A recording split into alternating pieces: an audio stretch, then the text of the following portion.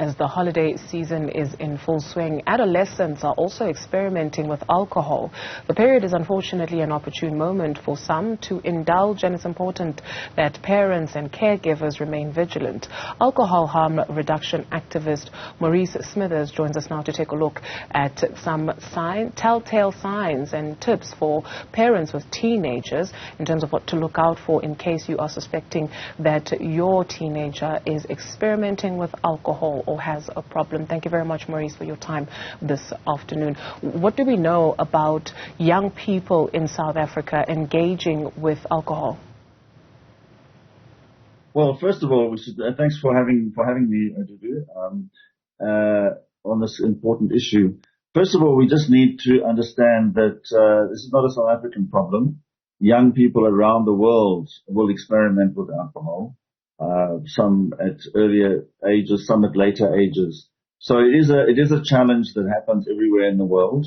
It's a challenge that all parents have to deal with, all societies have to deal with. It's a difficult one. It's difficult being a parent and managing the situation. And it's particularly difficult if you're living in a society where alcohol use has become normalized, because that's ultimately the thing that leads kids to want to experiment, because alcohol is normalized, because they see it as something that other people are doing and that seems like something they should be doing. And in a way, that's the kind of the more critical issue is how do we change that normalization of alcohol, but also give kids information about alcohol, what it is, why it does what it does, why it's a risky substance to use, and why they need to be careful with it, and actually consider whether to drink at all. Mm.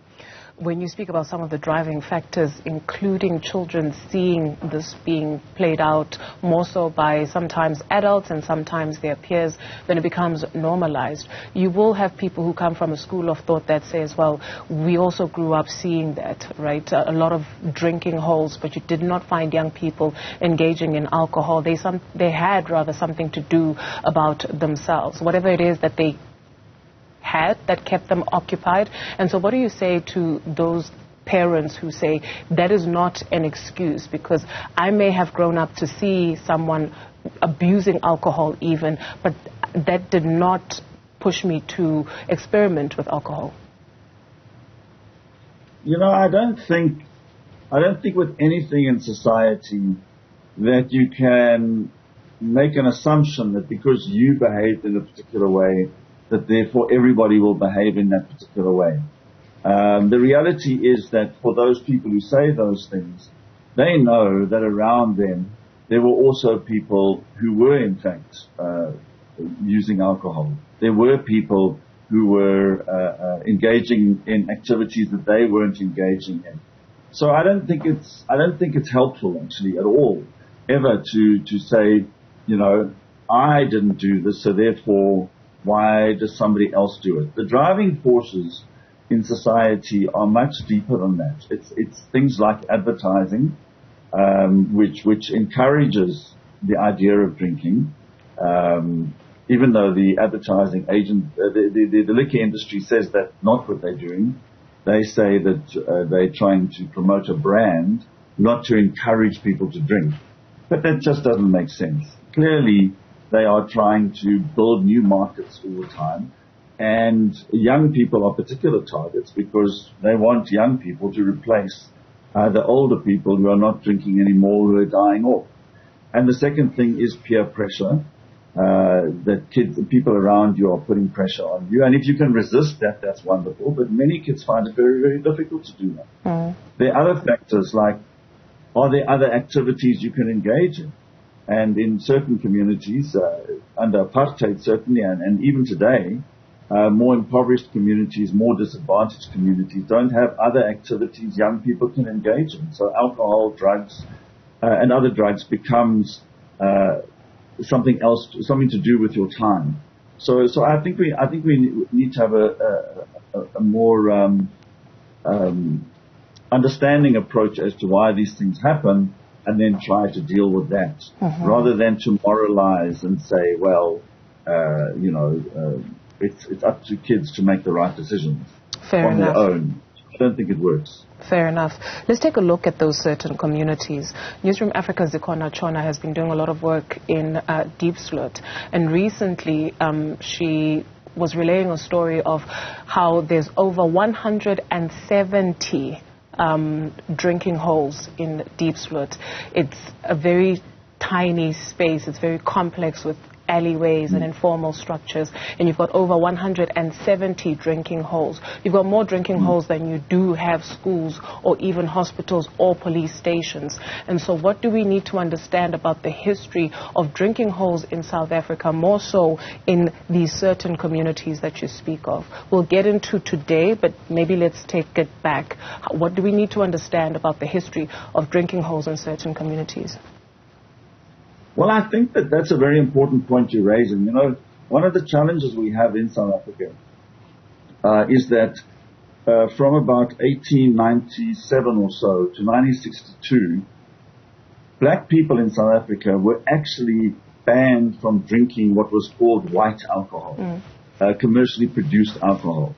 The only alcohol that black people could legally drink was traditional beer, mkomboti. And even then, the distribution of that substance was controlled in the urban areas by municipalities. And so the only solution that people in the black community had was to sell alcohol without a license. In addition to that, we had a situation where black people were excluded from the economy. They weren't allowed to engage in the economy because apartheid decreed that, generally speaking, black people had to be servants to white people and to work in white factories and so on. And so the selling of alcohol became one of the few ways in which people in townships could actually make a living. And that led to the rise of shebeens. Shebeens is an Irish word, actually, not even a South African word, for an illegal or unlicensed liquor outlet. And that, unfortunately, that practice has extended into our post-apartheid society, where that whole shebeen culture continues to exist, partly because of poor law enforcement, but partly also because there are still economic pressures in poorer communities where we have close on between 30 and 40% unemployment in the country, and so it becomes another way that people can just eke out a living, not get rich, but eke out a living, a subsistence living. So with the lack of of effective law enforcement and the lack of ways of getting people engaged in more socially beneficial economic activities, this will unfortunately continue.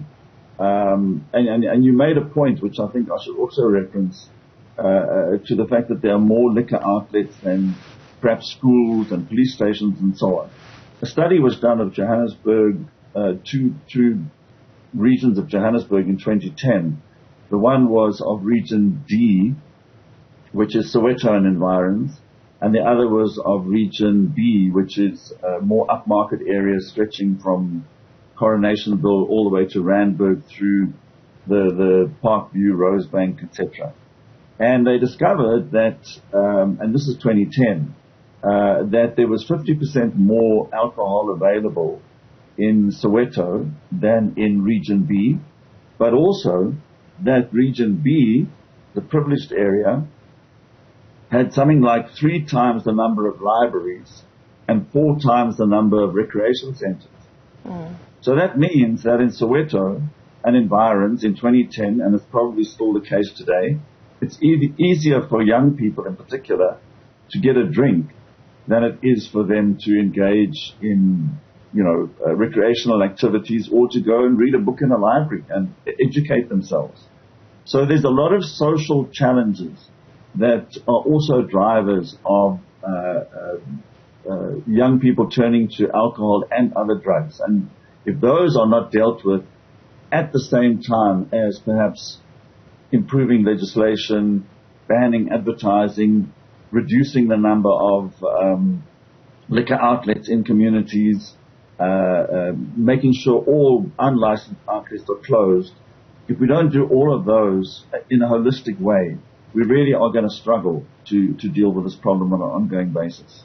Curious, Maurice, did the study also take a look at advertising in both regions? So for this region, when you drive into Soweto, for instance, you will see a lot of billboards, or a number of them, right, of alcohol brands. When you are driving or walking in this region, you barely see that. The advertising is completely different. And so did the study take a look at advertising as well and the difference between both regions?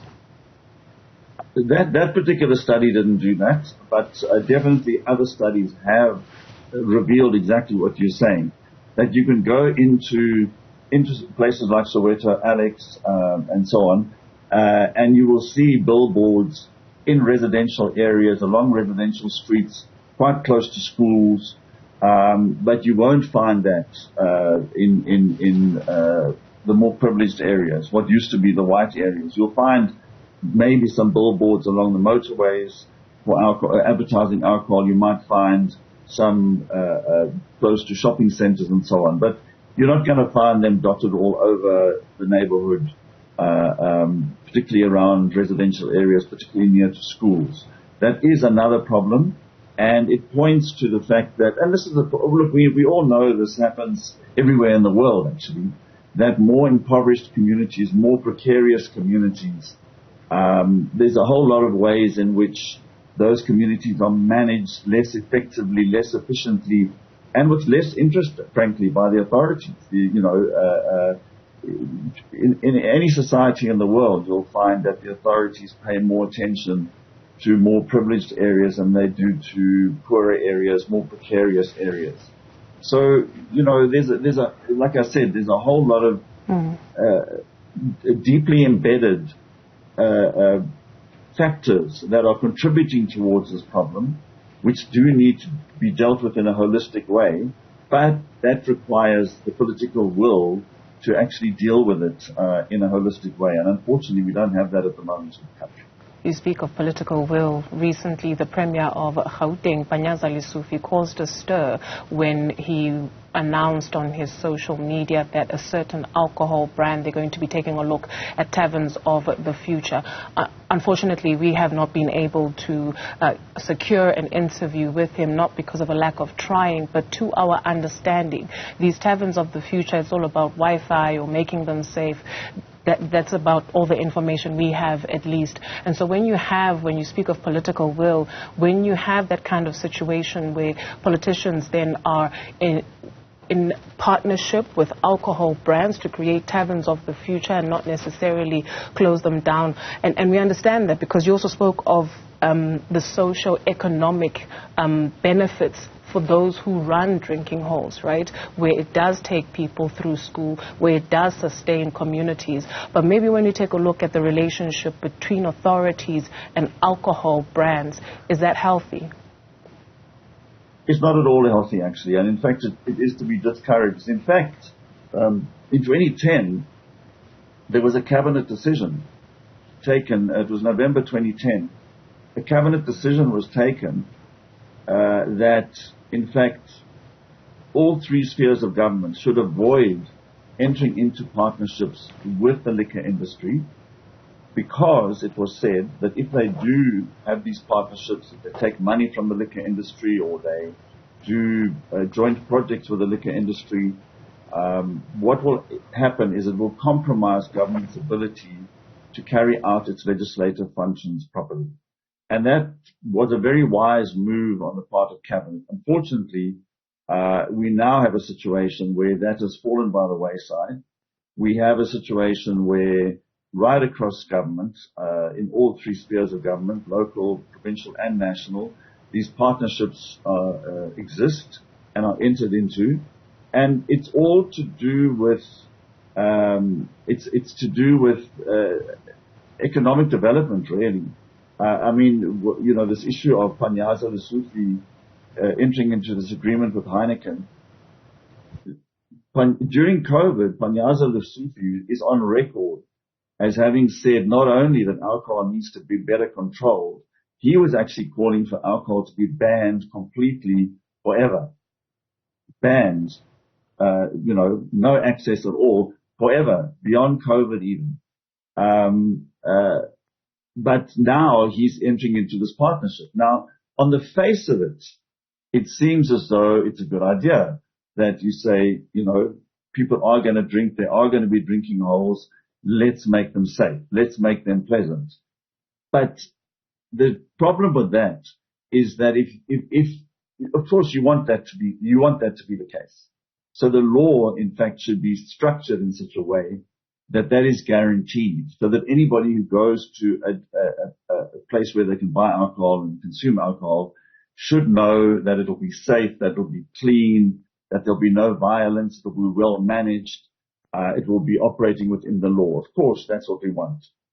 But when government enters into these partnerships with the liquor industry, particularly when it's done in isolation, because this is done in isolation from that broader holistic program that I was talking about, then you've got to question what is the impact of that and what is the reasoning behind it. Now the particular alcohol brand that you're talking about is notorious, not just in South Africa, but in Africa, for entering into these kinds of partnerships with one goal and one goal alone, and that is to promote themselves and to sell more alcohol to more people. And that's the objective of advertising, that's the objective of any engagement that the liquor industry has with government. So therefore, if government doesn't want to be in a position where the liquor industry can turn around and say, why are you trying to introduce this new legislation when we've been giving you money, we've been running these programs for you, we've been entering into these partnerships with you, then they have to keep their distance. We're not against the liquor industry per se. We understand that we live in a mixed economy, a basically capitalist society. You have private enterprise. Their job is to make a profit. Their job is to satisfy their shareholders. That's fine. It's not a problem. But when you're selling a product that is dangerous, that is risky to the people who use it and to the people around the people who use it, then you have to control it. Okay. You have to manage it properly. Sure.